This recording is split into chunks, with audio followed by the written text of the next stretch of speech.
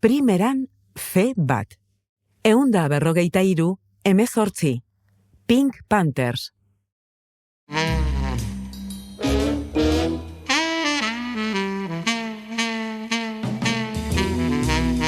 Hau ez da oso serioa, Debi. Ja, emuten dago ezetz, baina zentzuekiko dau. Ez dirudi oso serioa, ez? Pantera Roxaren kanta, zer eta krimenei buruz hitz egiteko. Hala da. Zergatik Pantera Roxaren kanta, ekarri diguzu? Ba, gaurkoan Pink Panthers eta zitza egingo dugulako. Pink Panthersak, horiek zer dira? Ematen du gaizkile talde baten izena dela, The Pink Panthers. Eta dira. Eta badira. Bai, badira. Ez dakit, baina... Bai, baitu, 2000 urtetik aurrera, 21. mendea hasten den momentutik aurrera, gaur egunera, 500.000 milioi euro baino gehiago lapurtu dauzei bitxietan. Bai.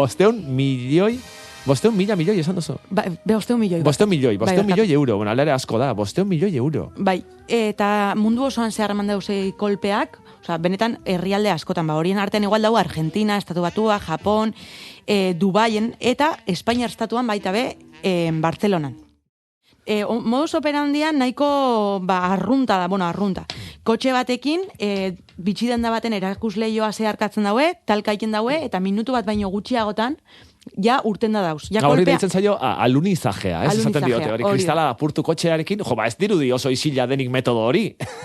Ez da, baina, klaro, ez daue bitxidenda dana lapurtzen. Doaz bitxi konkreto batzuen bila, eurak sari finko bat dako, eta horren bila doaz, ez daue horren beste denbora behar, eta ulertuta dakotenaren arabera, minutu bat baino gutxiotan kanpoan dauz, eta rekorra da 58 segundo. 58 segundo kotxearekin kristala apurtu, barrura sartu, beraien nahi duten bitxia hartu, talde egiteko. Bai, eta hori kutxa gotorrak irekita. Osa, denpora horretan, kutxa gotorra irekita.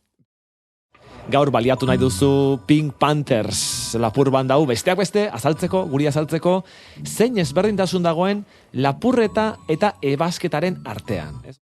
Kasu honetan, adibidez, Pink Panthers bandak egiten duen hori, zer da? Lapurreta. Zalantzarik gabe. Bai, indarkeria eta intimidazioa erabiltzen dalako. Konkretuki, indarkeria oso agerikoa da, kotxea erakusleioaren kontra talka egiten dauelako, oza, hor, indarkeri erraldoia dau. Eta hori, ebasketa izango litzateke, gero, ebasketan mota desberdinak dauz, lapurtzen den diru kopuruaren arabera.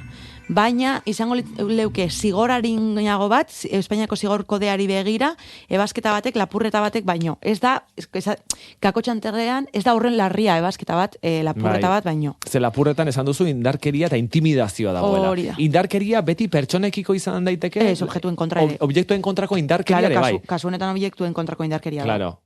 Baina hori, indarkeria eta intimidazioa baldin badago, lapurreta da. Eta bestela ebasketa. Hori da. Ebasketa adibidez, zein kasutan izan daiteke edo? Adibideren bat edo? Karterista bat, adibidez. Hori ebasketa da. Hori ebasketa da. Ez da indarkeriarik egon, atera dizu poltsikotik kartera, eta listo, hor ez dago... Beste gauza da, boltzotik tira ikia. Hori indarkeria dago. Hori da. Baina zu konturatu ez baldin basara eta poltsikotik atera dutzu mugikorra, hori ebasketa bada. Eta harrapatuko balituzte, non epaituko lituzkete? Hau interesgarria da. Ze adibidez, Espainiar estatuan, eta nik uste dut beste saio batean hau ja komentatu dautela, nen biziniden printzipioa, ezin dozula pertsona bat epaituta zigortu bi aldiz berdinagatik. Hori da. Ezin dozu pertsona bat zigortu bi aldiz berdinagatik. Orduan, demagun, Bartzelonako lapurreta dala eta Espainiar estatuak nahi berdin badau hemen zigortu, gero internazionalki ezin da zigortu izan.